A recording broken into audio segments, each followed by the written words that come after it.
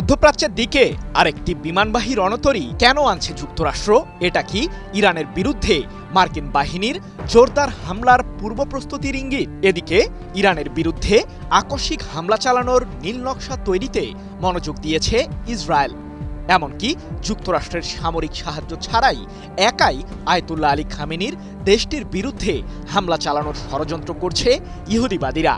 তবে ইরানের পাল্টা আঘাত থেকে রেহাই পেতে কাতারে অবস্থিত মার্কিন সামরিক ঘাঁটিতে প্যাট্রিয়ট এয়ার ডিফেন্স সিস্টেম মোতায়েন সম্পন্ন করেছে যুক্তরাষ্ট্র। প্রশ্ন হলো, ইরানকে ঘিরে মধ্যপ্রাচ্যে উত্তেজনার এই আগুন শেষ পর্যন্ত কতদূর গড়াবে? চলতি বছরের শুরু থেকেই ইরানের বিরুদ্ধে হামলা চালানোর হুমকি দিয়ে আসছেন মার্কিন প্রেসিডেন্ট ডোনাল্ড ট্রাম্প। সেই সাথে ইউএসএস আব্রাহাম লিঙ্কন বিমানবাহী রণতরীও মধ্যপ্রাচ্যে নিয়ে আসে মার্কিন কেন্দ্রীয় কমান্ড, যাতে রয়েছে কয়েক ডজন যুদ্ধবিমান ও টমাহকের মতো শক্তিশালী ক্রুজ ক্ষেপণাস্ত্র। তবে এতটা সামরিক প্রস্তুতি নিয়েও ইরানের বিরুদ্ধে হামলার চূড়ান্ত সিদ্ধান্ত নিতে হিমশিম অবস্থায় ট্রাম্প।